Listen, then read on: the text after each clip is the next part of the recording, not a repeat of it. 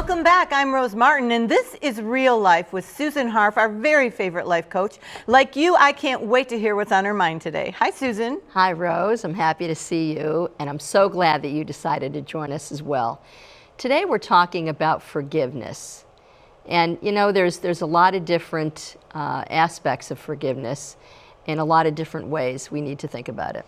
So I'll right off the bat, the first thing that comes into my mind are, I'm interested to know if you're going to tell us that we should always forgive for our own well-being, or if there are certain things that are not forgivable, or maybe there will be times that we can forgive but maybe not forget because relationships change. Well, I love all of those. I'll choose the middle one first. Okay. The idea of, are some situations unforgivable? You know, forgiveness is often gets a bad rap. It's often equated with condoning behavior. If I forgive the person, then they're going to do it again because I'm allowing them to do it. I'm giving them a license to do it. I'm condoning their behavior. That's really not true. I hear that a lot in relationships. Somebody says to me, the person treated me wrong. They did the wrong thing. And if I forgive him or her, then that's like saying, it's okay, step on me, do whatever you want. And that's not okay with me. But there's a big difference between condoning the behavior and forgiving. So you can say, I forgive you, without agreeing at all that you want that to happen again or that you believe the behavior was appropriate. Why do you actually even need to forgive it? If it's egregious behavior or it's something that you've been manipulated on, why should I even forgive that? We forgive for ourselves. And the reason we don't forgive is for ourselves. So in other words... Yeah, but you know, I've heard people say, you're forgiving the person and you're going to feel better, and you're forgiving them so that you can release your burden and not be angry and like drop the mic and turn and go on with your day. Yeah. But in a way, I wonder if it is condoning the behavior, and if I'm sorry too many times said is just a little bit too shallow and, you know, not worthwhile. I hear you. And I guess what I think about that is forgiveness is not a one and done period where we don't need to think about this anymore. Instead, forgiveness sometimes forges a new context for people to act differently. So in other words, let's say that your teenager is acting in a way that you don't approve of and they're being mouthy with you, let's say. And so you say, I forgive you because I know you're capable of better. I know that you're a good person. I know that you don't mean to hurt me when you say those things. And so I'm going to forgive you, and I'm going to say, I don't expect you to continue with those insults that you're throwing at me or whatever names you're calling me, whatever. So when you forgive somebody, you're almost, it's not just that you're not enabling them, you are almost allowing for something to change. You're allowing for difference. So do you think forgiveness in the moment, or letting someone know that you've forgiven them, gives them the opportunity to change? But what about if they don't know you forgave them because the relationship is already severed and you just are doing like you said earlier, I'm going to forgive you because that's what I need to do for my mental health? I don't believe that a relationship is already severed. I don't believe that anything is finite there. I think that change is absolutely always possible in every situation.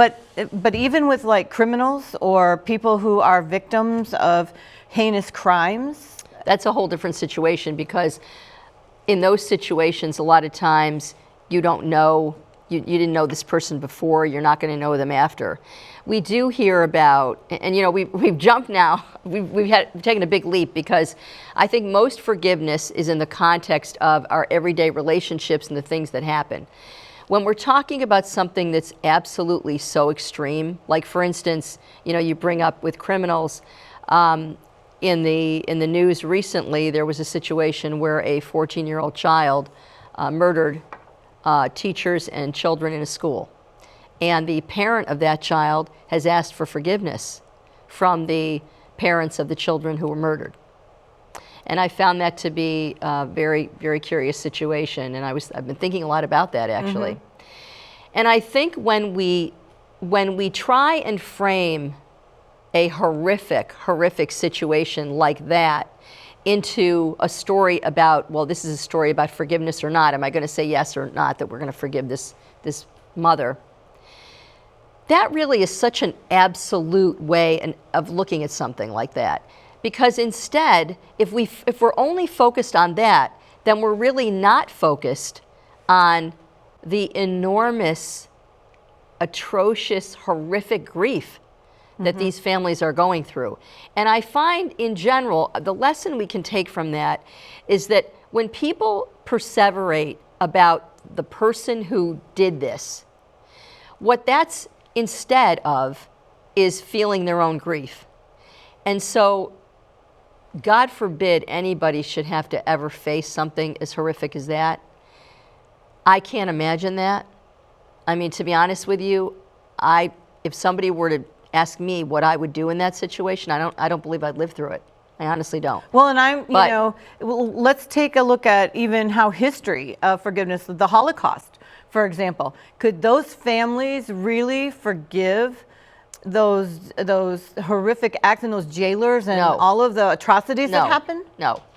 Instead, what we need to do is we need to focus on, unfortunately, on how we really feel, which is tremendously horrible grief, tremendously grieving, and horrific grief. So, thank God every day there isn't that kind of grief to talk about. But in those, you're bringing up absolute extreme situations that don't happen to us every day. So in those cases, I have the right to change my mind and tell you that I would not forgive. Right. I don't forgive, but I also wouldn't live through it. Well, I think letting people know that that's okay. That there are things that happen, and it's not an all or nothing. Now, that there are things that happen. Yes. Now I also know that even in those situations, when you live your life based only on the anger, then you can't move forward, because anger is not it's a man-made emotion. Anger comes from fear. And so if we live our lives in fear, I don't believe that's the way to live our lives. That doesn't get us anywhere. I agree with that. And I think you've talked before about how anger can have so many other effects on us, emotionally and physically. So I agree with you on that. Absolutely. Yeah. So what I'm saying is in those situations, what I advise people to do is walk through the grief, which is terrible. It's horrible. It lasts forever. But when you're instead only turned around and focused on the perpetrator, you're not dealing with what you need to deal with in order to move forward, in order to live. If all you think about is that person or those people, you will never have any peace for yourself in your life. So what I'm saying is, when we have forgiveness, we're able to have peace, not just in that situation, but to move forward in our lives. And there are some situations that if I'm questioned, I would say I don't think I would live through it. If it was my child or my grandchild, I would not live through it. I can't imagine myself living through that. But having said that now, everything else, I think it works to live the emotion that you feel and then forgive and move forward, because it's not only going to help all concerned, but it's going to help you move toward a different life, toward a more favorable situation. So then are you saying that in a general situation, people can make mistakes? Yes. And when you look at mistakes that people make, and people might get offended, that there's your opportunity to find change and offer forgiveness as a way to move forward. Yes, and I also think about any situation that you've been in where you were very much involved in the argument, in what was happening, and you were not forgiving at all at that moment. Most of the time in those situations, we're pointing the finger either literally or figuratively at the person. And what I know about that is nobody ever changed as a result of having a finger pointed at them. And so instead, when you can forgive, instead of arguing back and being defensive back, when you can do that, what you are doing for both of you is you're forging a new context. And most people who are wrong, who are acting wrong, they know it and they don't know how to get out of it. Once the argument is started, once the discord has started, they don't know how to move forward in a different way. So what I say is, whoever's sane at the moment, forgive, so that you both can move forward in a sane way. And you know, we're really talking about, what do we want at the end of this? We want not just forgiveness, we want healing. We want it to be different. Yeah. And so truthfully, the way you make things different is not by pointing a finger at somebody or shaking a fist at somebody.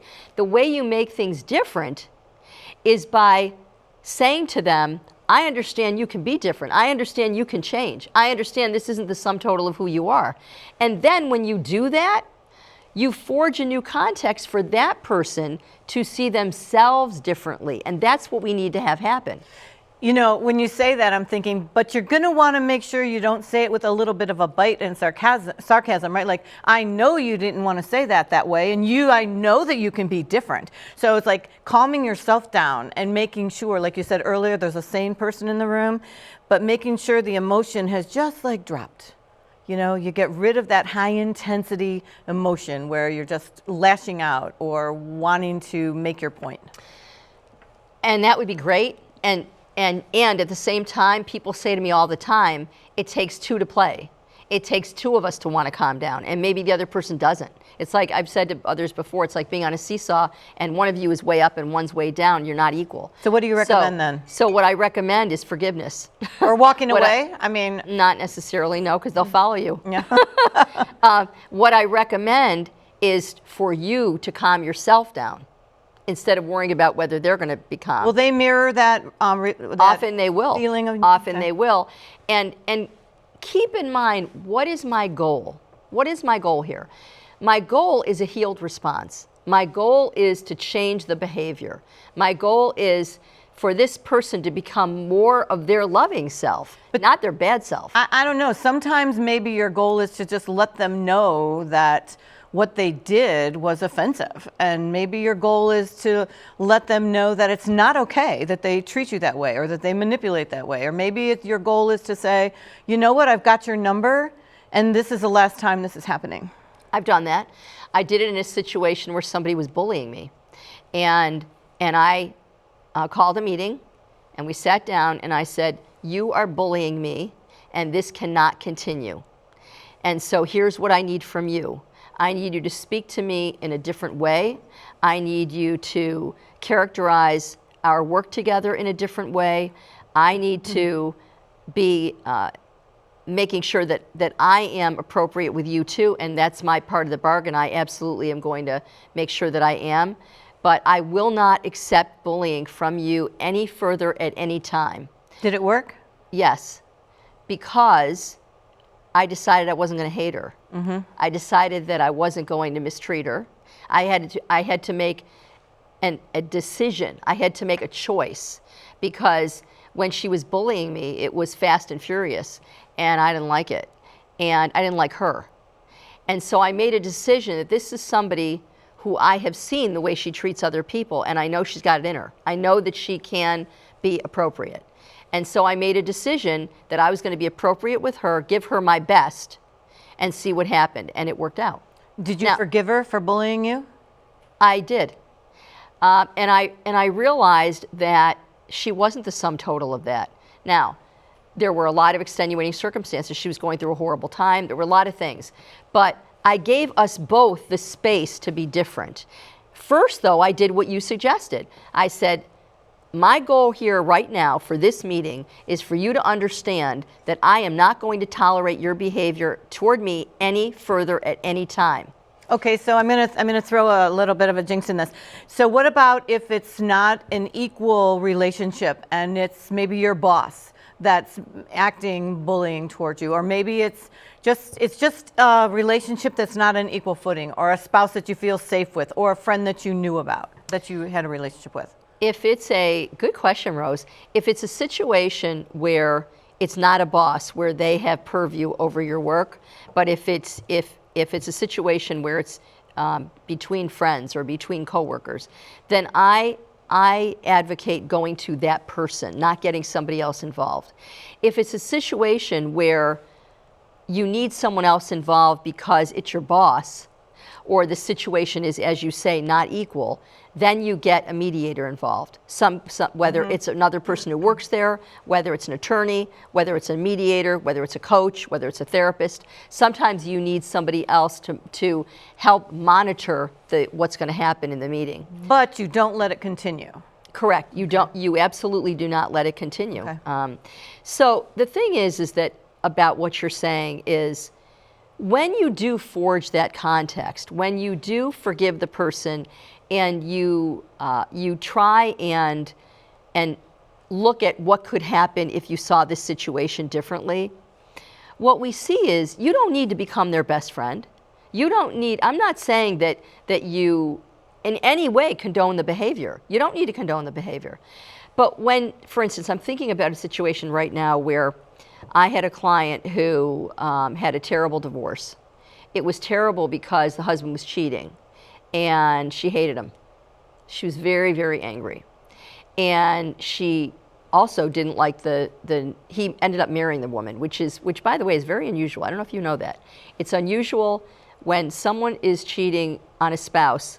It's not the norm that they marry that person. That's usually the exit interview. It's usually the exit. Really, it's the I call it the exit interview or the exit relationship. But what happens is, so in this situation, what happened is he married her. Well, my client was livid. She didn't like this woman. She couldn't stand her, and she couldn't stand the husband. And finally, I said to her, do you want to be right? Because, by the way, you're right. You have every right to not like him at all and not like her. She took another woman's husband. I don't like that. I don't like her at all. But, and you don't like her. But do you want to be right or do you want to be happy? Because you don't have to, you can be right, but you don't have to be, but you do have to be happy. So the thing is that if you say to yourself, I don't have to be right in this situation, then you can be right when thinking in your mind with him, you did the wrong thing. You should not have done that wrong thing. But it doesn't mean that you can't be civil to the person. Yeah. It doesn't mean that you can't tell yourself, I am going to forgive this situation. Because you know what? What makes our heart harden, what makes us harden, and there I am throwing my hand on the microphone because I'm so worked up. What makes us hardened is not what somebody else didn't give you. It's not the love that he didn't give her that made her hardened. What made her hardened was the unacceptance and disgust that she was giving him and the new wife. So I'm saying to people, you don't allow somebody else to make your heart hardened. So I'm curious, how do you feel about the old saying, fool me once, shame on you, fool me twice, shame on me, and you're not going to get a third try? This isn't really, life is not a game, and it's not about trying. It's about, I really believe that most people know when they're off. I really do think that. And I think that to elicit a healed response, if you don't forgive them, you're not going anywhere with not only that relationship, but with yourself. And so instead, I think you have to say to yourself, we'd all be different if we could. We'd all be, we wouldn't do things that we need forgiveness for if we were perfect. So we're not. And so what are we going to do to, and this is where I really want to end with, because what are we going to do not just to forgive, but how do we feel about ourselves? The same extent to which you offer forgiveness to other people is the exact same extent you offer it to yourself. That situation is an equal form. I need you to go back for a second because I need to hear that again. So you're saying that the same amount of forgiveness or the same leverage of forgiveness I offer to other people. That's right. That's at the exact same level of how I forgive myself for things that I've said or done or whatever. Exactly. I know this to be true. Really? And the fact is that when Instead, when you don't forge a new context with forgiveness, you stay in that same dark place, whether or not it's with that person or not. People who don't make us angry, they're not really our teachers. Our teachers are the people who do make us angry, because what they teach us is our capacity. We learn from people that we're angry with our capacity for forgiveness, our capacity to love ourselves. So that's really where it's at. So that even happens if I'm angry with myself for something that I've done. Especially. So then you're your teacher. Oh, really? Okay. Especially that's who it happens with. Huh. Yourself. So if you're in a situation, what I'm gathering for this is that, I want to make sure that I'm not only offering forgiveness, but it's going to be the integrity and the authenticity of it has to be real. But there can be a point in time that you just don't keep going back and back and back and back, because then it becomes like on an endless wheel of you do something, I forgive you. You do something, I forgive you. I'm not saying keep going back. I'm saying, when people say this to me about relationships, someone did something awful, I don't want to be in a relationship with them. And you know what? The way I interpret those situations is if the train wasn't stopping at your station. Yeah. This was not meant to be. So I absolutely believe that we have the right to make all kinds of choices in our lives. But you can make, even in that situation, you can make a choice to say, you're not my person. This is not working. I'm not happy in this relationship. And then move on. But that doesn't mean you didn't forgive. If you did not forgive, your heart is hardened. You're still angry. You're still walking around saying, men are all whatever, fill in the blank, and that's not going to help you to move on so that you can have a healthy relationship with somebody else. But in no way am I suggesting, hey, keep it up, keep being in a relationship that doesn't work. I'm not saying that at all. I'm saying my coworker who was bullying me, I'm not her friend. Right. But we were able to work in a very cohesive relationship to get the job done. So right off the bat then, I'm thinking of people who have lifelong friends.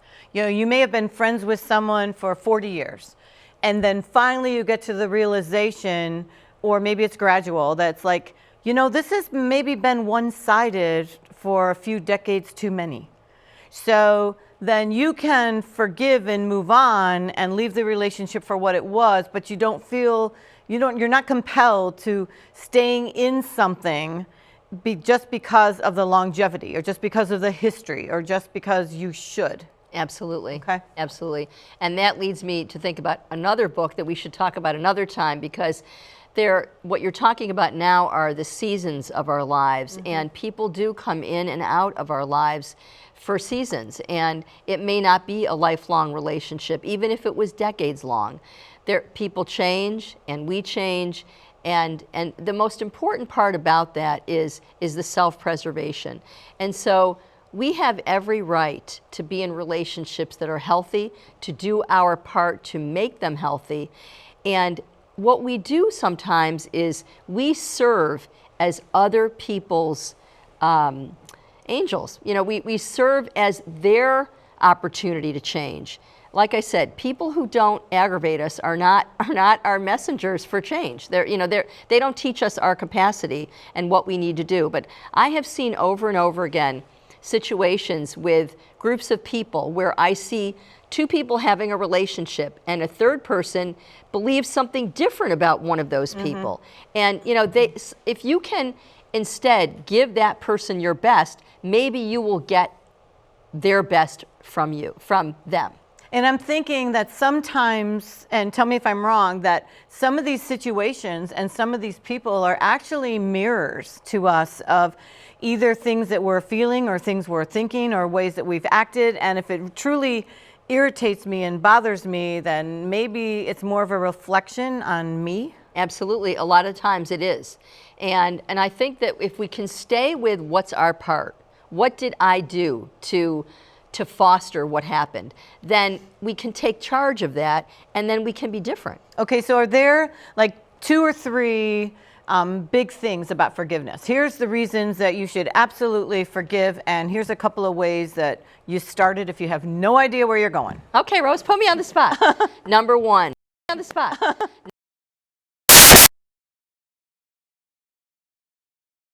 on the number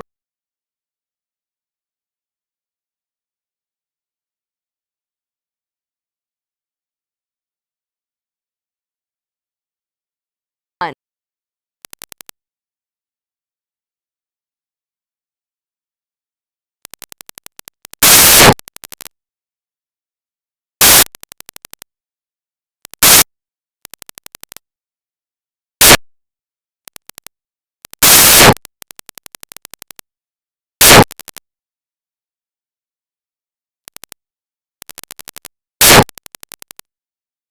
Number one. Number one.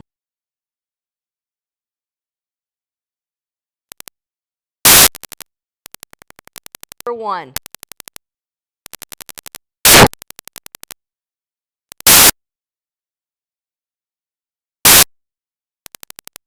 Number one. One.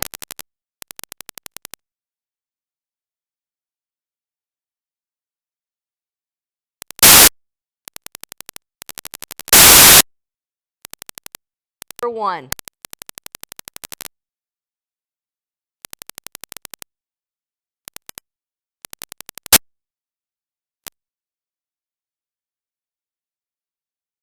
One. One.